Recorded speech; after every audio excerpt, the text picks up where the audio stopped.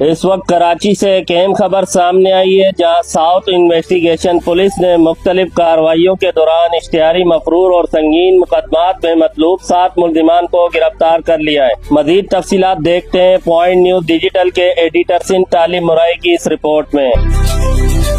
کراچی میں south investigation police نے مختلف علاقوں میں کارروائیاں کرتے ہوئے مجموعی طور پر 7 مطلوب ملزمان کو گرفتار کر لیا۔ پولیس کے مطابق گرفتار افراد میں 2 اشتہاری، 4 مفرور اور اغوا کے مقدمے میں مطلوب 1 ملزم شامل ہے۔ تھانہ صدر پولیس نے دھوکہ دہی کے مقدمات میں مطلوب احسان اور اقبال کو گرفتار کیا، جبکہ تھانہ سول لائن پولیس نے زورلی اور فاروق احمد کو گرفتار کیا، جو گٹکا ماوا ایکٹ اور اقدام قتل کے مقدمات میں مطلوب تھے۔ گدری پولیس نے ڈکیتی کے مقدمات میں مطلوب لطیف اور انیب کو گرفتار کیا، جبکہ ساحل پولیس نے خاتون کے اغوا کیس میں مطلوب شاہین ملک کو بھی حراست میں لے لیا۔ S S P south investigation توحید رحمان کا کہنا ہے کہ جرائم پیشہ عناصر کے خلاف کارروائیاں بلا امتیاز جاری رہیں گی، جبکہ گرفتار ملزمان کے خلاف قانونی کارروائیاں بھی جاری ہیں۔ کراچی پولیس کے مطابق جرائم پیشہ عناصر کے خلاف کارروائیاں مزید تیز کی جا رہی ہیں اور مطلوب ملزمان کی گرفتاری کے لیے مختلف علاقوں میں چھاپے بھی مارے جا رہے ہیں۔